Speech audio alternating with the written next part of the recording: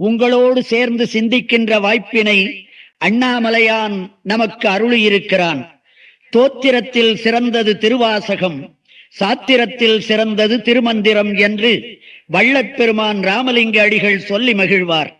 திருவாசகத்திற்கு உருகாதார் ஒரு வாசகத்திற்கும் உருகார் என்பது தமிழ்நாட்டு சான்றோரின் அனுபவ பொன்மொழி. கடவுள் மனிதனுக்கு கூறிய நூல் பகவத்கீதை, மனிதன் மனிதனுக்கு கூறிய நூல் திருக்குறள். ஆனால் மனிதன் தெய்வத்திற்கே கூறிய நூல்தான் திருவாசகம். ஊழிக்கால முடிவில் சர்வ சங்கார மூர்த்தியாகிய இறைவன் பிரபஞ்சம் அனைத்தையும் அழிப்பான். பின்னர் மீண்டும் உருவாக்கும் வரை தனிமையில் இருப்பான். அப்போது அந்த தனிமையை இனிமையாக்கிக் கொள்ள அவனுக்கு கிடைத்த ஒரே துணைதான் திருவாசகம். அதனால்தான் தன்னுடைய கைப்படவே திருவாசகத்தை எழுதி திருச்சிற்றம்பலமுடையான் என்று கையெழுத்திட்டு தானே வைத்துக் கொண்டான் என்று கூறுவர். திருவாசகத்தை தனக்கு உரிய அருள் நூலாக தேர்வு செய்து ஓதிய வள்ளலார் அதை பற்றி கூறும் பொழுது, வான் கலந்த மாணிக்க வாசக நின் வாசகத்தை நான் கலந்து பாடுங்கால், நற்கருப்பம் சாற்றினிலே தேன் கலந்து பால் கலந்து செழுங்கனி தீன் சுவை கலந்து என் ஊன் கலந்து உயிர் கலந்து உவட்டாமல் இனிப்பதுவே என்று நா இனிக்க உளம் இனிக்க உயிரெல்லாம் இனிக்க பேசுவார். அது மட்டுமல்ல அன்பர்களே, திருவாசகத்தை கேட்டால் ஆறறிவு படைத்த மனிதன் மட்டுமல்ல, ஐந்தறிவு படைத்த பொல்லாத விலங்குகளும் கூட மெஞ்ஞானத்தில் விருப்பம் கொண்டுவிடும் என்று கூறுகின்றார். மணிவாசக பெருமானே, உன் திருவாசகத்தை கேட்டால் அறிவில் குறைந்த பறவைகளும் பொல்லாத கொடுமை குணமுடைய விலங்குகளும் கூட மெஞ்ஞானத்தின் மீது விருப்பம் கொண்டுவிடும் என்றால், என்னை போல மனிதன் மெஞ்ஞான விருப்பம் கொள்வதில் என்ன ஆச்சரியம் இருக்கிறது? வாட்டமிலா மாணிக்க வாசக நின் வாசகத்தை கேட்ட பொழுது அங்கிருந்த கீழ்ப்பறவை சாதிகளும் வேட்டமுறும் பொல்லா விலங்குகளும் மெஞ்ஞான நாட்டமுறும் என்னில் இங்கு நானடைதல் வியப்பன்றே என்று பாடுகின்றார். அன்பு தமிழ் நெஞ்சங்களே, திருவாசகத்தின் பெருமையை மேலும் விளக்குகின்றார். நமக்கும் ஆன்மீக மெஞ்ஞான வழியை, ஆண்டவனுடைய திருவருளை எளிமையாக அடைவதற்கு ஒரு வழியை அழுத்தம் திருத்தமாக கூறுகின்றார். திருவாதவூர் தேவா, உன்னுடைய திருவாசகத்தில் ஒரு மொழியே என்னையும் என்னை படைத்த பரம்பொருளையும் ஒன்றாகச் சேர்த்துவிடும். அப்படி இருக்கும் போது நான் இனிமேல் எந்த சாதகமும் செய்ய வேண்டியதில்லை, எந்த சஞ்சலமும் எனக்கு இல்லை.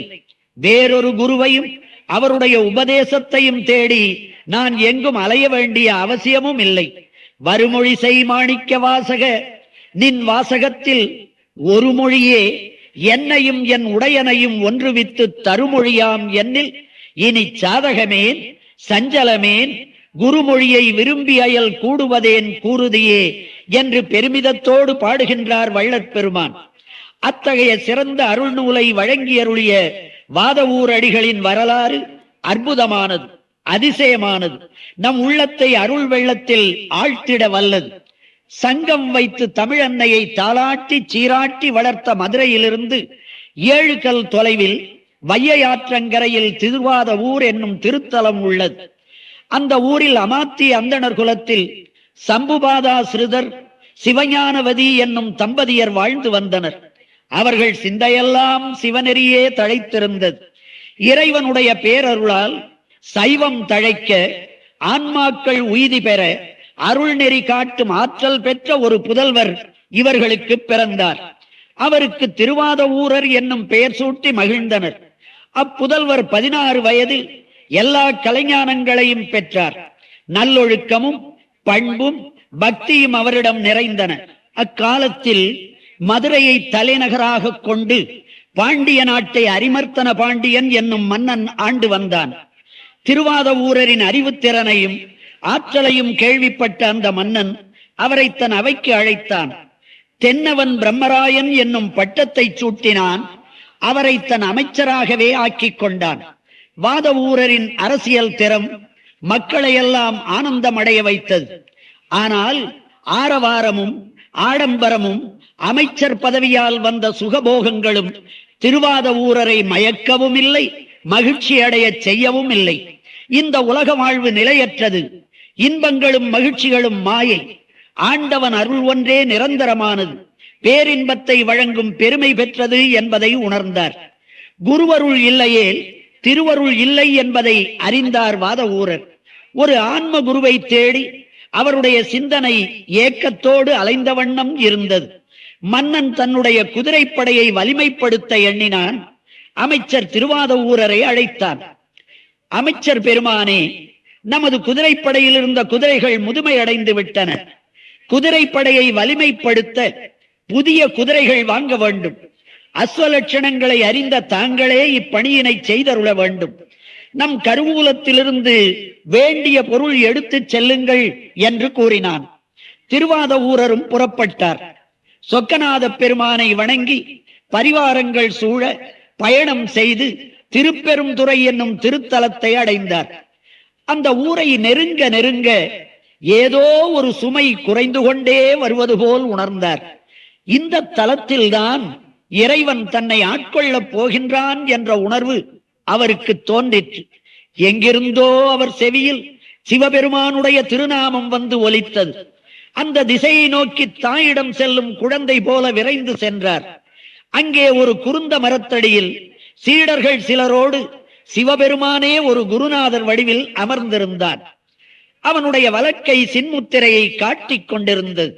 திருமுகம் ஒளிவடிவாக திகழ்ந்து கொண்டிருந்தது. இத்தகைய அருட்கோலத்தை கண்ட வாத ஊரடிகள் காந்தத்தை கண்ட இரும்பு போல் ஆனார். அவருடைய மனம் குருநாதரையே சுற்றி சுழல ஆரம்பித்து விட்டது. பெருமானே, எளியேனை ஆட்கொண்டருள வேண்டும் என்று பணிந்தார். திருவாத ஊரரின் பரிபக்குவ நிலையை கண்ட குருநாதன் திருக்கண் நோக்கம், பரிசம் முதலிய தீட்சைகள் செய்தார். தம்முடைய திருவடியை சூட்டினார்.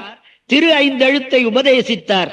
திருவாத ஊரர் குருநாதருடைய கருணையை எண்ணி வியந்தார். குருநாதருடைய திருவருள் நோக்கத்தால் ஞானத்தின் திருவுருவாகவே மாறிவிட்டார். தன்னை ஆட்கொண்டருளிய குருநாதருக்கு பாமாலைகள் சூட்டினார் திருவாத ஊரர். அப்பாடல்கள் அருள் விளக்கத்தோடும் உருக்கத்தோடும் அமைந்தன. எனவே குருநாதர் மாணிக்கவாசகர் என்னும் திருநாமத்தோடு இனிமேல் நீ விளங்குவாயாக என்று திருவாத ஊரருக்கு அருள் பாலித்தார். பின்னர் குருநாதரின் ஆணையை சிரமேற்கொண்டு திருப்பெருந்துறை திருக்கோயில் அறப்பணியை செய்தார் மாணிக்கவாசகர். தம்மை மறந்து அருளமுதத்தை அருந்தி அரசன் இட்ட கட்டளையை மறந்தார் மாணிக்கவாசகர். உடன் வந்தவர்கள் நினைவூட்டினர். அப்போதும் அதனை கருத்தில் கொள்ளாமல் தம்மை முற்றிலும் அருட்பணியிலேயே ஈடுபடுத்திக் கொண்டிருந்தார். பாண்டிய மன்னனுக்கு செய்தி போயிற்று. மன்னனும் மாணிக்கவாசகரின் கடமையை நினைவூட்டி கடிதம் அனுப்பினான். மாணிக்கவாசகர் குருநாதரிடம் சென்று நிகழ்ந்தவற்றை கூறினார். மாணிக்கவாசகரே, அஞ்ச வேண்டாம். ஆவணி மூலத்தன்று குதிரைகள் வரும் என்று மன்னனுக்கு அறிவித்து விடுங்கள் என்று குருநாதரும் கூறினார். மணிவாசக பெருமானும் அவ்வாறே மன்னனுக்கு செய்தி அனுப்பினார். ஆனால் மாணிக்கவாசகர் எடுத்துச் சென்ற பொருளையெல்லாம் சிவ திருப்பணிக்கு செலவிட்டு விட்டார் என்ற செய்தியையும் மன்னன் அறிந்தான். கடும் சினம் கொண்டான். மாணிக்கவாசகரை கொடிய சிறையில் தள்ளினான். சுடுவெயிலில் நிறுத்தினான். மாணிக்கவாசகர், எம்பெருமானே, முக்கண் முதல்வா, இரக்கத்தின் திருவுருவே, உன்னுடைய அடியான் இப்படி துன்புறுவது முறையா? உன்னுடைய தொண்டன் துன்பத்தில் துடித்தால் அது உன்னுடைய புகழுக்கல்லவா களங்கம். அருட்கடலே, என்னை துன்பமாக்கிய இருட்கடலிலிருந்து காப்பாற்று என்று இறைவனிடம் முறையிட்டார். மாணிக்கவாசகரின் துன்பத்தை நினைத்தான் அந்த புண்ணிய பொருள். நரிகளையெல்லாம் குதிரைகளாக்கினான். தேவர்களை குதிரை சேவகர்கள் ஆக்கினான். மதுரையை நோக்கி குதிரைகளோடு வந்தான். குதிரைகள் வரும் செய்தி அறிந்த மன்னன் மணிவாசகருக்கு துன்பம் இழைத்து விட்டேனே என்று மனம் வேதனைப்பட்டான். சிறையிலிருந்து அவரை விடுதலை செய்தான். அன்போடு வரவேற்றான், உபசரித்தான். குதிரை வணிக தலைவனாக வந்த சிவபெருமான் பாண்டியன் முன்னிலையில் குதிரைகளை நிறுத்தினான். பலவிதமான ஆடல்களை நிகழ்த்தி காட்டினான். மன்னன் மனம் மிக மகிழ்ந்தான். பரிசுகள் பல தந்து வணிக தலைவனான முக்கண் முதல்வனையும் குதிரை சேவகர்களாக வந்த தேவர்களையும் வழியனுப்பி வைத்தான். அன்றிரவே புதிய குதிரைகள் எல்லாம் நரிகளாக மாறின. முன்பு இருந்த குதிரைகளையும் கடித்து கொன்றுவிட்டு ஓடி மறைந்து விட்டன. செய்தி அறிந்த மன்னன் மீண்டும் சினம் கொள்கின்றான். மாணிக்க வாசகரை தண்டிக்க ஆணையிடுகிறான். காவலர்கள் அவரை வையையாற்றின் சுடுமணலில் நிற்க வைத்து தலையில் கல்லை ஏற்றி கடுமையாக துன்புறுத்துகின்றனர். மணிவாசகர் இறைவன் திருவுருளை எண்ணுகின்றார். இறைவனும் அவருடைய துன்பத்தை போக்க திருவுள்ளம் கொள்கின்றான். வையையாற்றில் வெள்ளம் பெருக்கெடுக்க செய்கின்றான். வெள்ளம் மதுரை நகர் முழுவதும் பரவத் தொடங்குகிறது. மணிவாசகரை துன்புறுத்தியதன் விளைவுதான் இது என்று மன்னன் உணர்கின்றான். அவரை விடுவித்து மதுரையை காக்குமாறு வேண்டிக் கொள்கின்றான். மணிவாசகரும் இறைவனை வேண்டினார். வெள்ளம் சிறிது குறைந்ததே தவிர முற்றிலும் அடங்கிவிடவில்லை. மன்னன் மக்களையெல்லாம் அழைத்தான். ஆற்றின் கரையை அளவிட்டான், பங்கு பிரித்தான். ஒவ்வொருவரும் இவ்வளவு கரையை அடைத்திட வேண்டும் என்று ஆணையிட்டான். வந்தி என்று ஒரு மூதாட்டி, பிட்டு சுட்டு விற்று வாழும் ஒரு பெண், அவள் பங்கினை அடைக்க அவள் வீட்டில் யாரும் இல்லை. இறைவனே ஒரு கூலியாள் வடிவத்தில் வந்து உதிர்ந்து போகும் பிட்டை கூலியாக கொடுத்தால் அடைக்கிறேன் என்று ஒப்புக்கொள்கின்றான். பிட்டு வாங்கி தின்றானே தவிர ஒரு அங்குலம் கூட கரையை அடைக்கவில்லை. ஆடுகிறான், பாடுகிறான், படுத்து தூங்குகிறான், பிட்டு சாப்பிடுகிறான், பிறர் செய்யும் வேலையையும் கெடுக்கிறான். செய்தி மன்னனுக்கு போகின்றது. தன்னுடைய கைப்பிரம்பால் அரசன் அவனுடைய முதுகில் அடித்தான். அந்த பிரம்படி அண்ட சராசர பொருள் அத்தனை மேலும் விழுந்தது. பாண்டிய மன்னன் உண்மையை உணர்ந்தான். மாணிக்க வாசகரை திருவடி தொட்டு வணங்கினான். என் அரசாட்சியையே ஏற்றுக்கொள்ளுங்கள் என்று பணிந்தான். மாணிக்க வாசகரோ, என்னை இறைவனுக்கு தொண்டு செய்ய அனுமதியுங்கள், இனியும் நான் பதவியில் இருக்க விரும்பவில்லை என்றார். மன்னனும் மனம் கனிந்து அனுப்பினான். மணிவாசகர் மீண்டும் திருப்பெருந்துறை சென்றார். குருநாதர், மாணிக்க வாசகரே, நீர் உத்தரகோசமங்கை சென்று எண்வகை சித்திகளையும் அடையுங்கள். பின்னர் எல்லா திருத்தலங்களுக்கும் சென்று தரிசித்து தில்லையை அடைவீர்களாக என்று கூறி மறைந்தார்.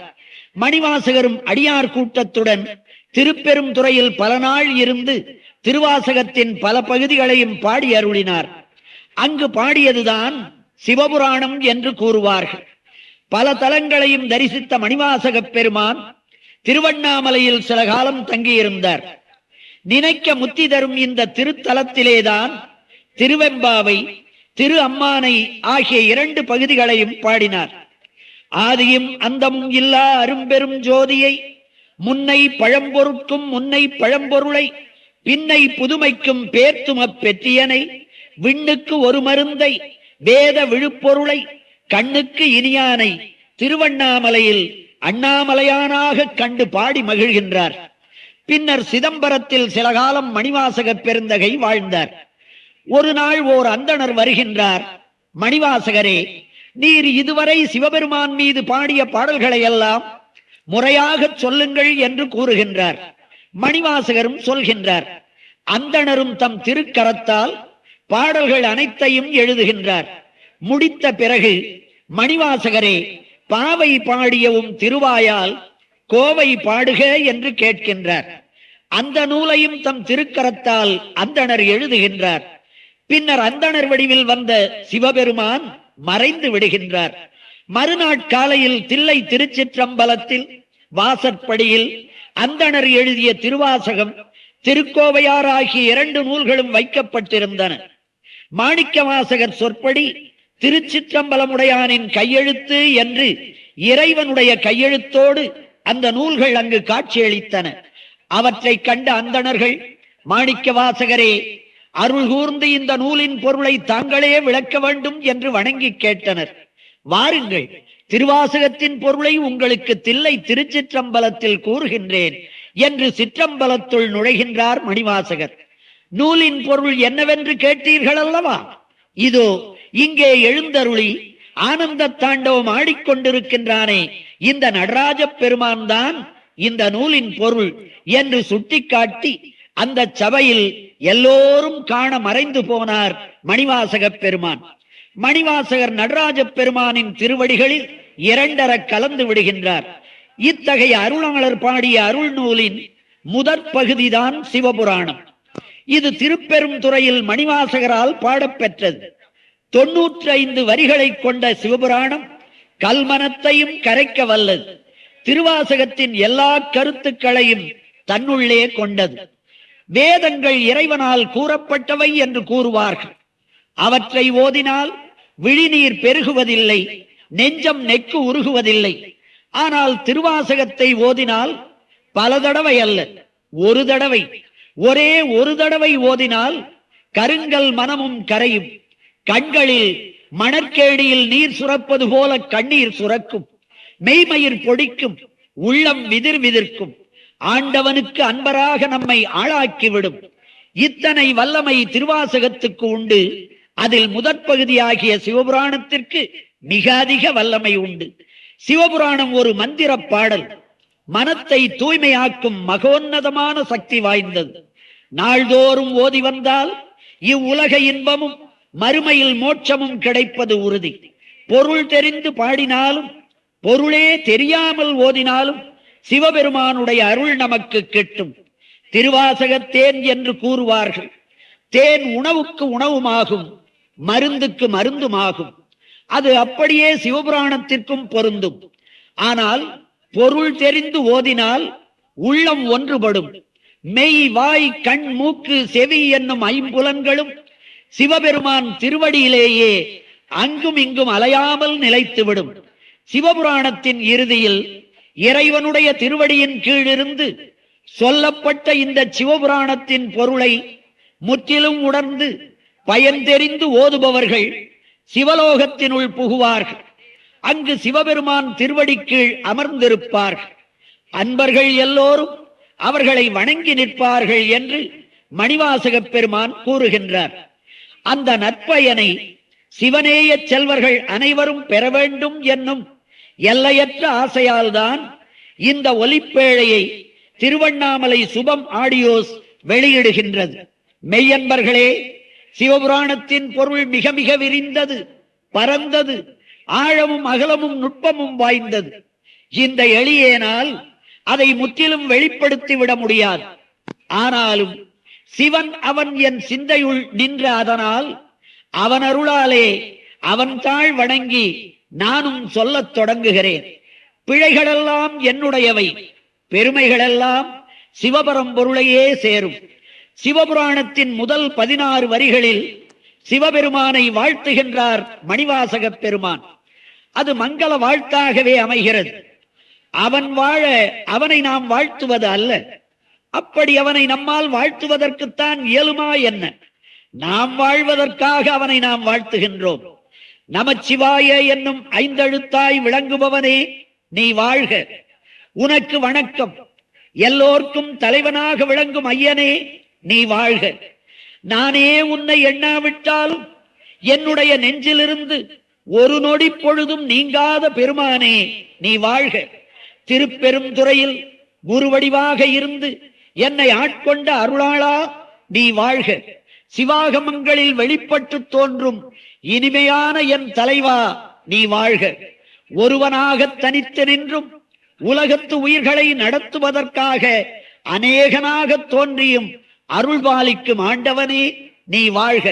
யான் என்றும் எனது என்றும் அகங்கார மமகாரங்களால் ஆணவ முனைப்பு கொண்டு அலையும் என் உள்ளத்தின் வேகத்தை கெடுத்து என்னை ஆட்கொண்ட எம்பெருமானே, உன் திருவடிகள் வெல்லட்டும்.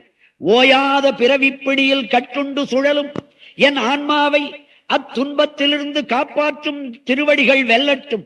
பெருமானே, உன் ஒப்பற்ற பெருமையை உணராத மக்களுக்கு எட்டாத உன் பூ போன்ற மென்மையான திருவடிகள் வெல்லட்டும். தம்மை அறியாமலே உன்னை நினைந்தவுடன் குவியும் கரங்களை உடையவர்களைக் கண்டு உள்ளம் மகிழும் உன் திருவடிகள் வெல்லட்டும். தம்மை மறந்து தலைக்கு மேல் கரங்கள் குவியும் அன்பர்களை உயர்த்திவிடும் உன் திருவடிகள் வெல்லட்டும். என் உடல், உள்ளம், ஆன்மா ஆகிய அனைத்தையும் ஆழ்கின்ற ஈசனே, உன் திருவடிகள் போற்றி. என்னை அறிவு நெறியில் செலுத்தும் என் தந்தையே, நின் திருவடிகள் போற்றி. ஒளிவடிவான எம்பெருமானே, உன் திருவடிகள் போற்றி. எல்லா நன்மைகளையும் தன்னகத்தே கொண்ட இறைவா, நின் திருவடிகள் போற்றி. அன்பின் வடிவமாகவே நிற்கும் ஆண்டவா, நின் திருவடிகள் போற்றி. நிலையில்லாத பிறப்பை அதனுடைய மாயை கெடுமாறு அறுத்து எறிய வல்ல என் மன்னா, உன் திருவடிகள் போற்றி. அழகும் சிறப்பு மிக்க திருப்பெரும் துறையில் எழுந்தருளியிருக்கும் அன்பர் தலைவா, நின் திருவடிகள் போற்றி. எவ்வளவு அனுபவித்தாலும் தெவிட்டி போகாத இன்பத்தை குறையாமல் எப்போதும் வழங்குகின்ற மலை போன்ற இறைவா, நின் திருவடிகள் போற்றி. மங்கள வாழ்த்தாக அமையும் இந்த 16 வரிகள் இறைவனுடைய இயல்புகள் அனைத்தையும் நமக்கு உணர்த்தி விடுகின்றன. நாத மந்திரமாக, தலைவனாக, குருவாக, ஒருவனாக, பலராக, பிறவி நோய் அறுக்கும் மருத்துவனாக, அடியார் திறம் நோக்கி மகிழ்பவனாக, ஆளும் மன்னனாக, நேயம் படைத்தவரை பிரியா அன்பனாக, பெருந்துறையில் அடியார்க்கு அருள் பாலிப்பவனாக, தெவிட்டாத இன்பத்தை அள்ளி அள்ளி வழங்கும் வள்ளலாக சிவபெருமான் விளங்குவதை இந்த முதல் 16 வரிகள் நம்முடைய நெஞ்சமெனும் ஏட்டில் பதிய வைத்து விடுகின்றன. மெய்யன்பர்களே, இப்பகுதியை ஓதும் போதே இறைவனை மிக மிக நெருங்கி அவனோடு நேருக்கு நேர் உரையாடுவதாகவே உணர்கின்றோம் அல்லவா?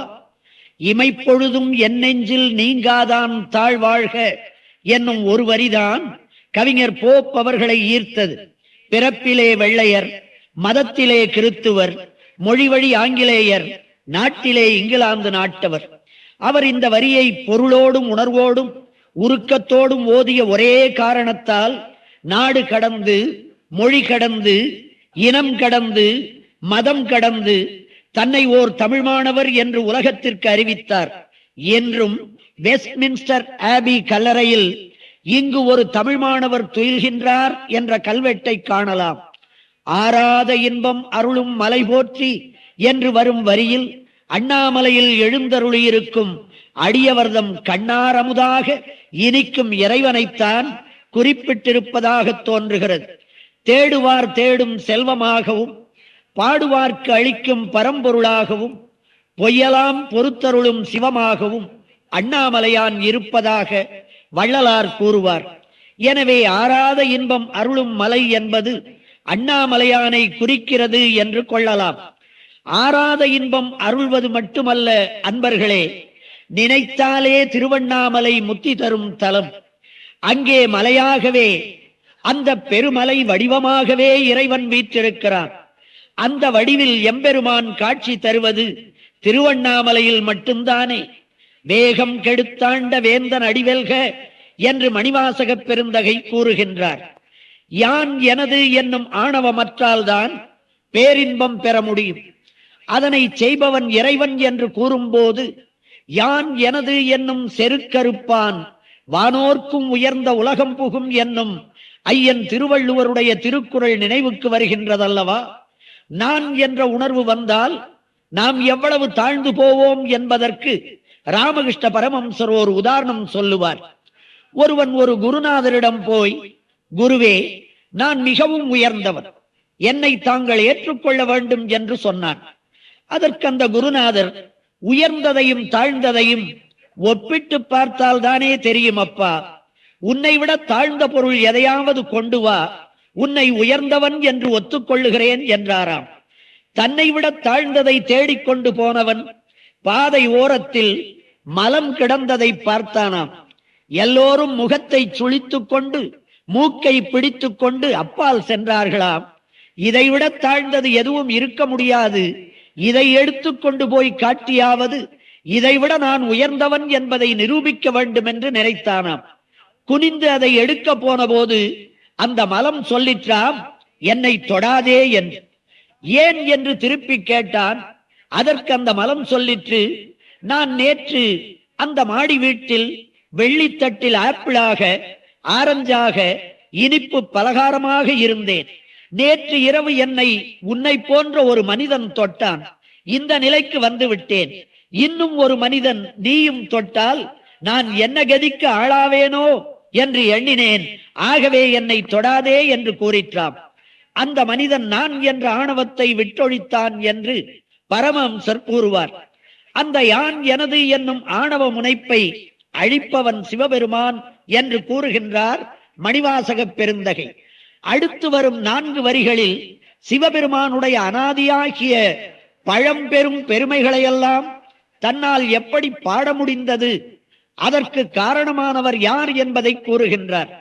நன்மைகளெல்லாம் ஒருங்கே அமையப்பெற்ற சிவபெருமான் என் சிந்தையில் வந்து தங்கிவிட்டான்.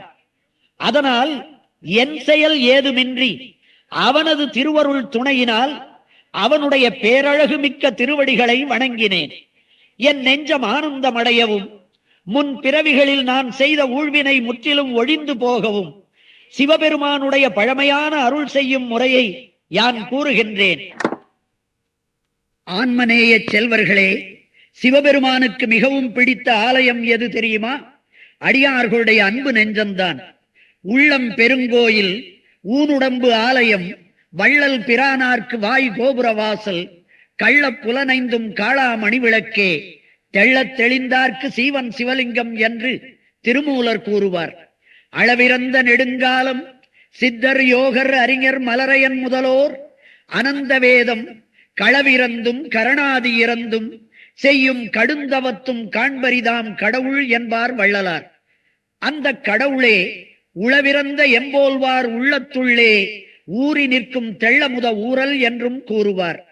மணிவாசக பெருந்தகை இங்கே கூறும் இதே கருத்தைத்தான் வள்ளலார் அப்படி பேசுகின்றார். அடுத்து வரும் 12 வரிகளில் தன்னுடைய நிலையை அப்படியே படம் பிடித்து காட்டுகின்றார் மணிவாசகர். நெற்றிக் கண்ணை உடைய இறைவன் தன்னுடைய கருணை கண்ணை காட்டுவதற்காகவே மனித உருவத் திருமேனி எடுத்து வந்தான். ஆசிரியர் திருக்கோலத்தில் திருப்பெரும் துறையில் வீற்றிருந்தான்.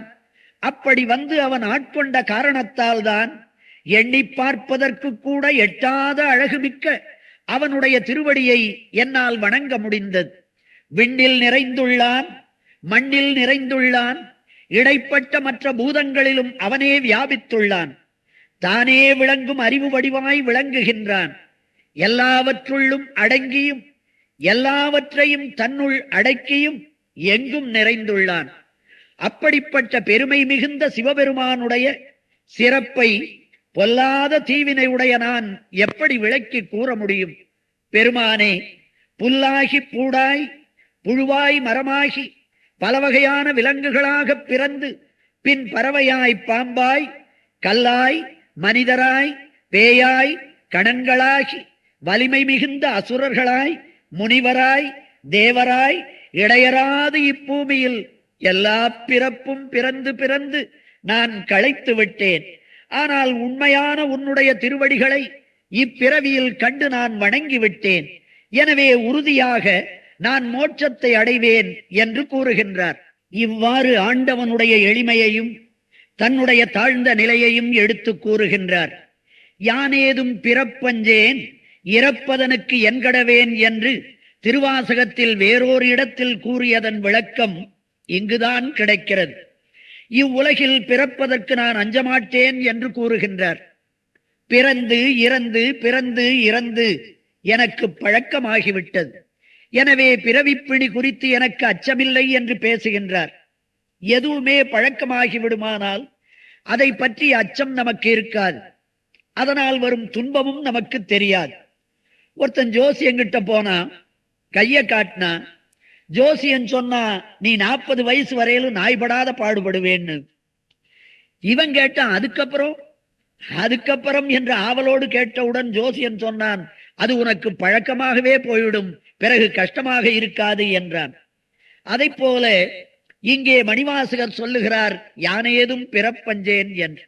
பெருமானே, நீயே வந்து உன் திருவருளால் என்னை ஆட்கொள்ளாவிட்டால் ஒருபோதும் உய்தி அடைய மாட்டேன் என்று கூறுகின்றார். அடுத்து வரும் 18 வரிகளில் சிவபெருமானுடைய சிறப்புகளை எல்லாம் வியந்து வியந்து போற்றுகின்றார். அகன்றும் நுண்மையாகவும் அங்கிங்கனாதபடி எங்கும் பிரகாசமாய் நிறைந்திருக்கும் பெரிய பொருளே, மரக்கருணையால் திருத்தியும் அறக்கருணையால் எங்களை அனைத்தும் காத்திடும் அருமை தலைவா, உயிரோடு இணைந்து அதனை ஆட்டி வைக்கும் எஜமானனே, என்னிடத்தே உள்ள பொய்மையான அனைத்தையும் போக்கிவிட்டு உண்மையாகிய மெஞ்ஞானமாக என் உள்ளத்தே சுடர்விட்டு பிரகாசிக்கும் சுத்த அறிவே, தோற்றமும் நடுவும் இறுதியும் இல்லாத முழுமுதற் பொருளே, என்னை ஆக்கி காத்து அழித்து அருள் செய்யும் ஆண்டவனே, என்னை உன்னுடைய தொண்டில் ஈடுபடுத்தியும் விலக்கி ஆட்கொள்ளும் கருணை வள்ளலே, மலரில் விளங்கும் மனம் போல நுண்மையாகவும் உரிய காலம் வரை காத்திருந்தும் வெளிப்பட்டு அருள் செய்யும் அருட்சுடரே, சிந்தனைக்கும் சொல்லுக்கும் எட்டாத முதல்வனே, பாலும் நெய்யும் கலந்து ஒன்றாக இனிப்பதைப் போல சிறந்த அடியார்களுடைய சிந்தனையில் கலந்து தேன் சுவை அளிக்கும் தேவதேவா, பிறவிப்பிணியை போக்கும் பெருமானே, ஈசானம், தத்புருஷம், அகோரம், வாமதேவம், சத்யோஜாதம் என்னும் 5 முகங்களும் 5 வண்ணங்களில் தோன்றும் வள்ளலே, விண்ணோர்கள் ஏத்தும் எம்பெருமானே, இதுவரை மறைந்திருந்தாயே என்று சிவபெருமானுடைய பெருமைகளையெல்லாம் பெருமிதத்தோடு பேசுகின்றார். மெய்யன்பர்களே, சிவபெருமானுடைய சிறப்பையெல்லாம் இவ்வாறு வாயினிக்க மனமினிக்க பேசிய மணிவாசக பெருந்தகை அடுத்து வரும் 12 வரிகளில் தன்னுடைய சிறுமைகளை பட்டியலிட்டு பேசுகின்றார். அவற்றை படித்தால் அவ்வளவு தாழ்ந்தவரா மணிவாசகர் என்று எண்ணத் தோன்றும். ஆனால் ஓர் அணுவளவு கூட குற்றமற்றவர் அவர். பின் ஏன் இப்படி பாடுகின்றார்? நியாயமான சந்தேகம்தானே அது. வடமொழியில் இதை நைச்சியானுசந்தானம் என்று கூறுவார்கள். அதாவது பிறருடைய குற்றங்களையெல்லாம் தங்களுடைய குற்றங்களாக தங்கள் மேல் ஏற்றிக்கொண்டு பாடுதல். ஏன் அவ்வாறு பாட வேண்டும்? தாங்கள் ஒரு குற்றமும் செய்யாத போது மற்றவர்களுடைய குற்றத்தை எதற்காக தங்கள் மீது ஏறட்டுக் கொண்டு பாட வேண்டும்? அதோடு தொடர்பான மற்றொரு சந்தேகமும் நமக்கு வரும். இந்த அடியார்களெல்லாம் எதற்காக இத்தனை ஆயிரம் பாடல்களை தேவாரம் என்றும் திருவாசகம் என்றும் திருவருட்பா என்றும் திருப்புகழ் என்றும் கந்தரலங்காரம் என்றும் பாட வேண்டும்? சீர்காழி குளக்கரையில் ஞானசம்பந்த பெருமானுக்கு ஞானப்பால் கிடைத்தது. அவர் அங்கேயே அமர்ந்து பிரார்த்தனை செய்து இறைவனோடு இரண்டர கலக்க வேண்டியதுதானே.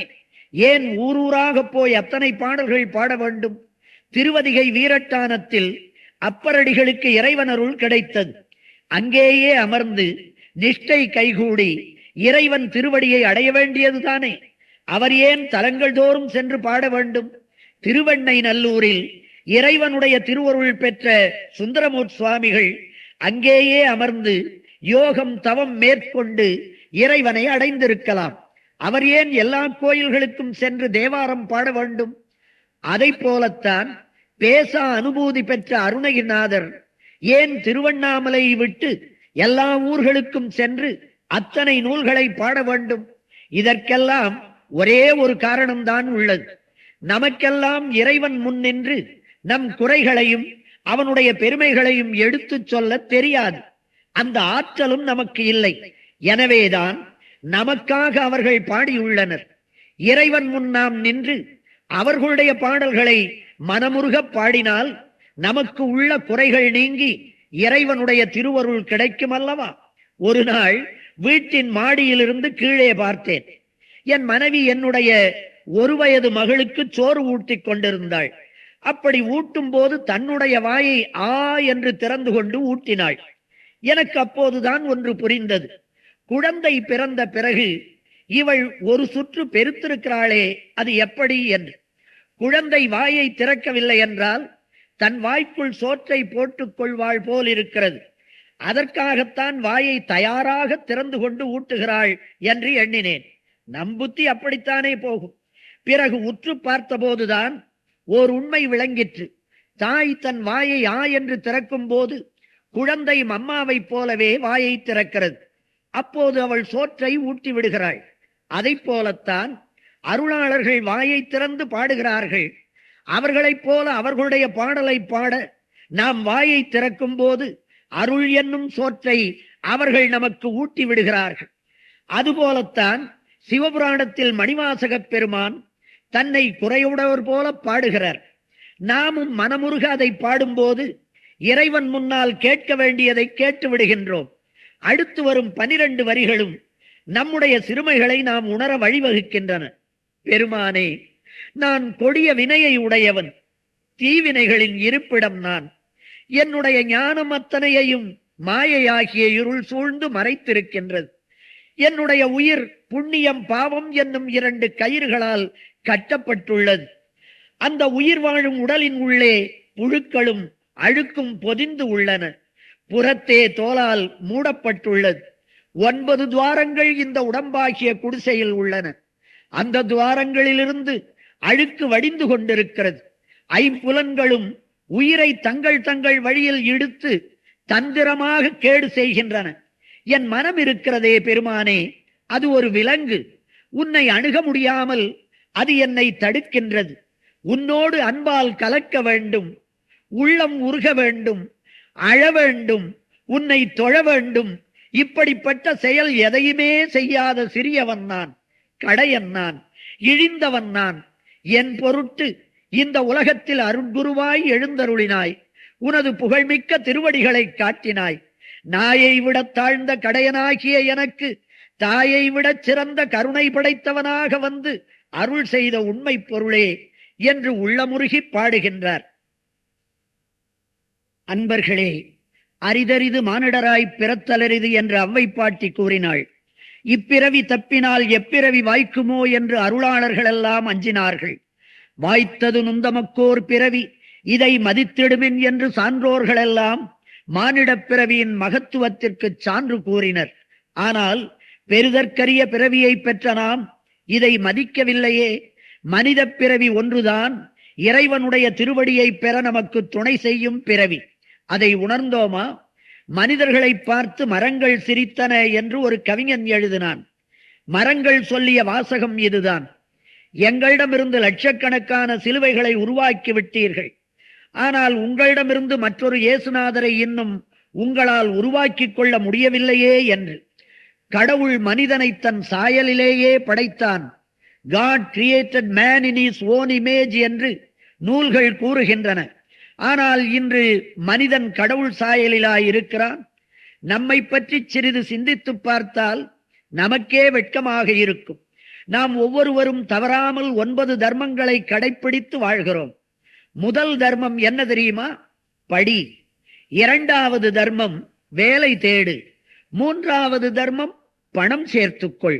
4வது தர்மம் கல்யாணம் செய்து கொள். 5வது தர்மம் குழந்தை குட்டிகளை பெற்றுக்கொள். 6வது தர்மம் குடும்பத்தோடு சினிமாவுக்கு போ. 7வது தர்மம் உனக்கு ஒரு சிறு துன்பம் என்றாலும் ஓவென்று கத்து. 8வது தர்மம் பிறருடைய துன்பத்தை கண்டு அலட்டிக் கொள்ளாதே. 9வது தர்மம் செத்துப்போ. இந்த 9 தர்மங்கள் தானே நம்மை ஆட்டி வைக்கின்றன. இதற்கெல்லாம் எது காரணம்? எது நம்மை ஆட்டி வைக்கிறது? ஆண்டவன் திருவடியை அணுக ஒட்டாமல் நம்மை தடுத்து தகாத வழியில் இழுத்துச் செல்வது எது? நம்முடைய மனம்தானே. அதைத்தான் விலங்கு மனத்தால் என்று மணிவாசக பெருந்தகை கூறுகிறார். மனமெனுமோர் பேய்க்குரங்கு மடப்பயலே, நீதான் மற்றவர் போல் என நினைத்து மருட்டாதே கண்டாய் என்று வள்ளலார் கூறுவார். ஞான சபை தலைவனாகிய சிவபெருமான் துணை ஒன்றினால்தான் மனத்தை அடக்க இயலும். மனிதனை உயர்த்துவது மனம்தான், ஆனால் விலங்குகளை விட அவனை தாழ்த்துவதும் மனம்தான். அன்பர்களே, உங்கள் வீடுகளில் ரோஜா செடிகள் இருக்கும். எந்த ரோஜா செடியிலாவது முள்ளில் தேன் சொட்டுகிறதா? இலை சிகப்பாக இருக்கிறதா? பூ பச்சையாக இருக்கிறதா? தண்டில் வாசம் வருகிறதா? தன்னுடைய வேரை மண்ணில் செலுத்தி அங்கிருந்து எடுக்கும் சாரத்தை சரியாக தன் உறுப்புகளுக்கு அனுப்புகிறது அந்த ரோஜா செடி. இலைக்கு பச்சையையும், பூவுக்கு தேனையும், மணத்தையும், முள்ளுக்கு கூர்மையையும் தவறாமல் அனுப்புகிறது. ஓரறிவு படைத்த செடி ஒருபோதும் பிழை செய்வதில்லை. ஆனால் 6 அறிவு படைத்த மனிதனை பாருங்கள். தாய்க்கு காட்ட வேண்டிய மரியாதையை தாரத்திற்கு காட்டுகிறான். தாரத்திற்கு காட்ட வேண்டிய அன்பை சாராய கடைக்கும் சூதாட்டத்திற்கும் காட்டுகிறான். சாராயத்திற்கும் சூதாட்டத்திற்கும் காட்ட வேண்டிய வெறுப்பை சான்றோரிடமும் பெரியோர்களிடமும் காட்டுகின்றான். ஏன் இப்படி? சற்று சிந்தித்து பார்த்தால் ஓர் உண்மை புரியும். அந்த மனிதனுக்கு மனம் என்ற ஒன்று இருக்கிறது, அந்த செடிக்கு மனம் என்ற ஒன்று இல்லை. எனவேதான் விலங்கு மனத்தால் என்று மணிவாசக பெருமான் கூறுகின்றார். மனத்தை மாட்டி படைத்து அலைக்கழிப்பவை மெய், வாய், கண், மூக்கு, செவி என்னும் ஐம்புலன்கள். தாய்மான பெருந்தகை மானுட வாழ்க்கையை பற்றி ஒரு அழகான உருவகம் சொல்லுவார். ஒரு அடர்ந்த காடு. ஒரு மான்குட்டி துள்ளி துள்ளி ஓடி வருகிறது. 5 வேடர்கள் இந்த மான்குட்டியை பார்த்து விட்டனர். அதனை பிடித்து இரண்டு இரண்டு கால்களை சேர்த்து கட்டினர். ஒரு மூங்கிலில் தலைகீழாக தொங்கவிட்டனர். மானை அவர்கள் கொன்றுவிடவில்லை. அடியிலேயே நெருப்பை போட்டு அந்த மான்குட்டியை உயிரோடு வேக வைக்கின்றனர். இன்னும் மான்குட்டி சாகவில்லை. 5 வேடர்களும் கத்திகளை எடுத்துக்கொண்டு மான்குட்டியின் ஒவ்வொரு பகுதியையும் வெட்டுகின்றனர். பல்லால் கடித்து சுவைக்கின்றனர். இந்த மான்குட்டி தான் மனித உயிர். 5 வேடர்கள் தான் ஐம்புலன்கள். ஆசை காமம் என்னும் நெருப்பில்தான் வேக வைத்து சுவைக்கின்றனர்.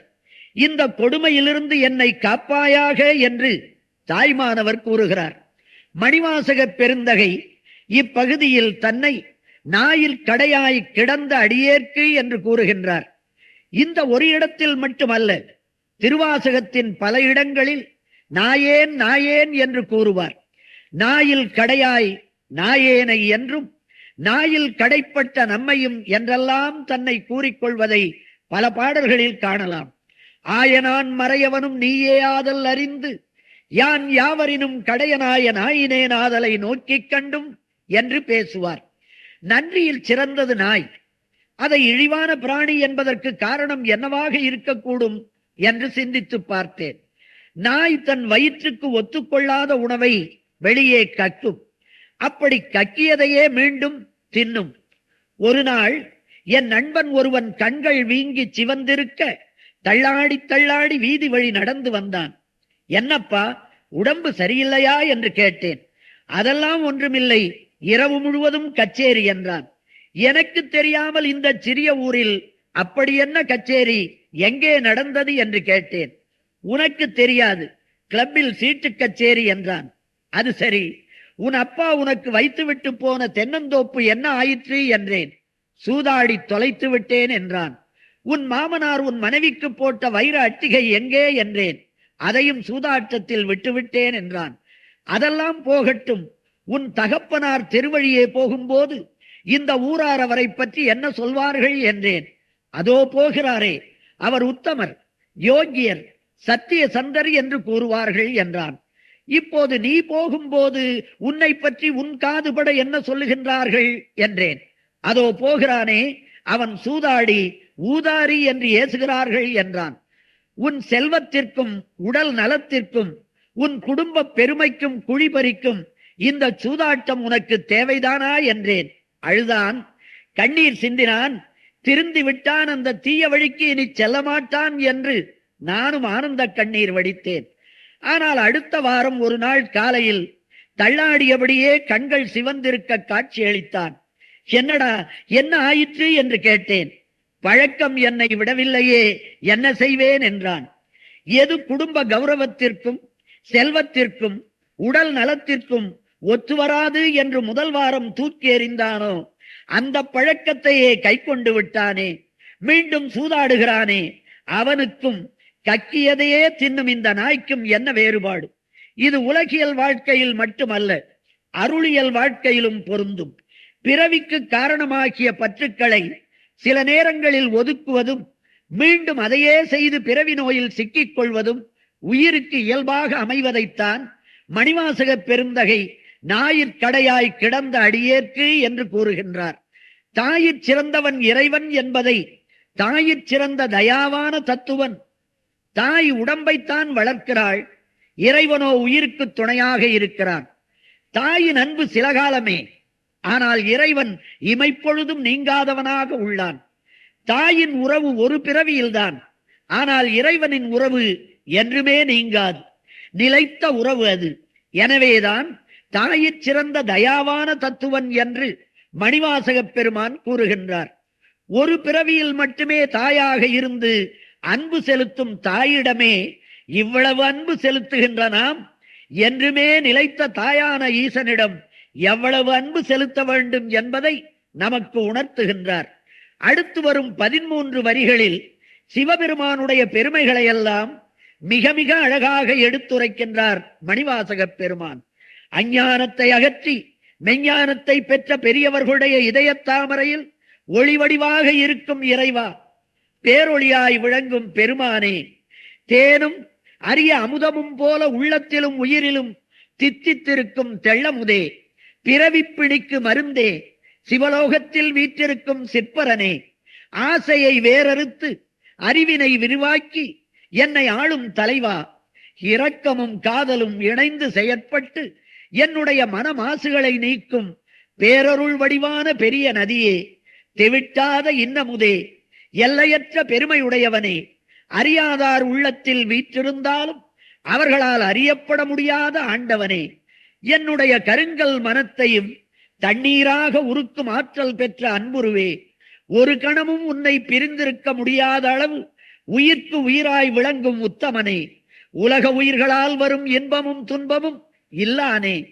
ஆனால் உயிர்களை காக்கின்ற வகையில் இன்பமும் துன்பமும் உள்ளவனே, அன்பருக்கு அன்பனே, எல்லா பொருளிலும் இருந்தாலும் அவற்றில் கலந்து விடாமல் தனித்தும் இருப்பவனே, ஒளிவடிவே, அடர்ந்த இருள் போன்றவனே, யாவர்க்கும் வெளிப்பட்டு தோன்றாத பெருமையுடையவனே, எல்லாவற்றிற்கும் மூல காரணனே, முதல் இறுதி நடு என்ற 3 நிலைகளும் இல்லாத பரம்பொருளே, என்னை வலிய இழுத்து ஆட்கொண்ட எந்தை பெருமானே என்று சிவபெருமானை போற்றுகின்றார். பரம்பொருள் என்னும் தத்துவம் முழுவதையும் இப்பகுதியிலும் இனிவரும் பகுதியிலும் மிக தெளிவாகவும் நுட்பமாகவும் விளக்குகின்றார். சிவனருட் செல்வர்களே, ஆண்டவன் எங்கே ஆண்டவன் எங்கே என்று அலைந்து திரிய வேண்டாம். மலைமேல் இருக்கிறானா, கடற்கரையில் வீற்றிருப்பானா, ஆற்றங்கரையில் அமர்ந்திருப்பானா என்றெல்லாம் ஏங்கி ஏங்கி தேட வேண்டாம். உன் உள்ளத்தை அன்புள்ளமாக, அருள் உள்ளமாக, ஞான பீடமாக ஆக்கிக்கொள். அங்கே வந்து இறைவன் அமர்ந்திருப்பதை நீ காணலாம் என்று மணிவாசகர் கூறுகின்றார். அடுத்து வரும் 14 வரிகளில் சிவபெருமானுடைய பெருமைகளை மேலும் பேசுகின்றார். கூர்மையான மெய்யறிவினால் நுட்பமாக காண்பவருடைய உள்ளத்தில் காட்சியளிக்கும் பெருமானே, ஆனால் அனுபவத்திற்கு எட்டாத அருட்பொருளே, இறப்பும் பிறப்பும் இல்லாத எம்பெருமானே, ஒன்றை நோக்கி செல்லுதலும் அதனை அடைதலும் பின்னர் மீளுதலும் இல்லாத மெய்ப்பொருளே, என்னுடைய காவலனே, ஊனக்கண்ணால் காண முடியாத பேரொளி பிழம்பே, இன்ப வெள்ளமே, என் தலைவா, எவ்வளவு விளக்கினாலும் அந்த விளக்கங்களுக்கெல்லாம் மேம்பட்டு நிற்பவனே, நிலை பெற்ற பேரொழியே, சொற்களுக்குள் சிக்காத நுட்பமான உணர்வு பொருளே, மாற்றங்கள் உடைய உலகத்தில் மாற்றங்கட்கு அப்பாற்பட்ட இறைவா, தெளிவான பரம்பொருளே, என் உள்ளத்தில் ஊற்றாக பெருகி வரும் உண்ண உண்ண தெவிட்டாத அமுதமே, வெவ்வேறு தன்மைகளை உடைய இந்த உடம்பில் வாழ்வதை என்னால் பொறுத்து கொள்ள இயலவில்லை அப்பா. பொய்யான உலகியல் பற்றுக்களை விட்டு அரணே என்று உன்னை ஓலமிட்டு அழைக்கும் மெய் உணர்வுடைய பெருமக்கள் மீண்டும் இவ்வுலகில் பிறக்காமல் அருள் செய்யும் ஆண்டவனே, வஞ்சகராகி ஐம்புல வேடர் சூழ்ந்த உடலை அழிக்க வல்ல பெருமானே. மணிவாசகர் சிவபுராணத்தை பாடினாரா, இல்லை தில்லை சிற்றம்பலமுடையானே பாடி அருளினானா என்று ஐயம் கொள்ளும் அளவிற்கு சிவபுராணம் ஒரு மாபெரும் ஞான அனுபவ நூலாக அமைகின்றது. அதனால்தான் திருவாசகத்தை தன் ஞான நூலாக கொண்ட வள்ளலார் மணிவாசக பெருந்தகையிடம் ஒரு வரம் கேட்கின்றார். ஞான ஒளி வீசும் மக்களின் இதயத்திலெல்லாம் இனிக்கின்ற தெள்ளமுதாக விளங்கும் மணிவாசகரே, ஆனந்த வடிவான பெருந்தவமுடைய பெரியவரே, குற்றமே இல்லாத நீ பாடி அருளிய திருவாசகத்தின் பொருள் எனக்கு தெரிய வேண்டாம், நயங்கள் புரிய வேண்டாம், இலக்கிய இலக்கண பெருமைகள் வேண்டாம், சந்த நயமும் இசை நயமும் கூட எனக்கு வேண்டாம். ஐயனே, நீ திருவாசகத்தை பாடும்போது நீ பெற்ற அனுபவத்தை மட்டும் எனக்கு கொடு என்று கேட்கின்றார். தேசகத்தில் இனிக்கின்ற தெள்ளமுதே, மாணிக்க வாசகனே, ஆனந்த வடிவான மாதவனே, மாசகன்ற நீ திருவாய் மலர்ந்த தமிழ் மாமரையின் ஆசகன்ற அனுபவம் நான் அனுபவிக்க அருளுதியே என்று பாடுகின்றார். சிவபுராணத்தின் இறுதி வரிகளில் மணிவாசகப் பெருமான் நூலின் பயனை கூறுகின்றார். பிரபஞ்சமெல்லாம் ஒடுங்கிய காலம் நள்ளிரவு போன்றது. அக்காலத்தில் நடனம் பயின்று பின் தில்லையம்பலத்திலும் தோற்ற காலத்தே பெருநடம் புரியும் முதல்வனே, தென்பாண்டி நாட்டை உடையவனே, துன்பம் நிறைந்த இப்பிறவியை நீக்கும் பெருமானே, நீதான் அபயம் என்று பெருமை சொல்லி முடிக்க முடியாத அளவு உன்னை நான் போற்றியாக வேண்டும். இந்த சிவபுராணத்தின் பொருளை உணர்ந்து ஓதுபவர்கள் சிவலோகத்தினுள்ளே புகுவார்கள். அங்கு சிவபரம்பொருளின் திருவடிக்கீழ் இருப்பார்கள். அன்பர்கள் பலரும் அவர்களை வணங்கி புகழும் பேற்றினை பெறுவார்கள். நினைந்து நினைந்து உணர்ந்து உணர்ந்து நெகிழ்ந்து நெகிழ்ந்து அன்பே நிறைந்து நிறைந்து ஊற்றெழும் கண்ணீர் அதனால் உடம்பு நனைந்து நனைந்து நன்னிதியே ஞான நடத்தரசே என்று வனைந்து வனைந்து ஏத்துதும் நாம் வம்மின் உலகியலீர் மரணமிலா பெருவாழ்வில் வாழ்ந்திடலாம் கண்டீர். புனைந்துரையேன் பொய்புகழேன் சத்தியம் சொல்கின்றேன் பொற்சபையில் சிற்றபையில் புகுந்தருணம் இதுவே என்று வள்ளலார் பாடியது சிவபுராணத்தை ஓதுவதற்காகவே என்று தோன்றுகிறது. நினைந்து நினைந்து என்று வள்ளலார் ஏன் 2 முறை கூறுகின்றார்? சற்று சிந்தித்து பார்த்தால் புரியும். இறைவனுடைய பெருமையை நினைந்து நம்முடைய சிறுமையையும் நினைந்து அவனுடைய அன்பின் ஆழத்தை உணர்ந்து நம்முடைய போலி அன்பின் தன்மையையும் உணர்ந்து அப்படிப்பட்ட இறைவன் நம்மையும் ஆட்கொண்டானே என்பதை எண்ணி நெகிழ்ந்து நெகிழ்ந்து அவனை போற்றிட வேண்டும் என்று கூறுகின்றார். அதற்கு ஒரே வழி சிவபுராணத்தை ஓதுவதுதான். சிவபுராணத்தில்தான் இறைவனுடைய பெருமை முற்றிலும் போற்றப்படுகிறது. நம்முடைய சிறுமைகள் மூடி மறைக்கப்படாமல் முற்றிலும் பேசப்படுகின்றன.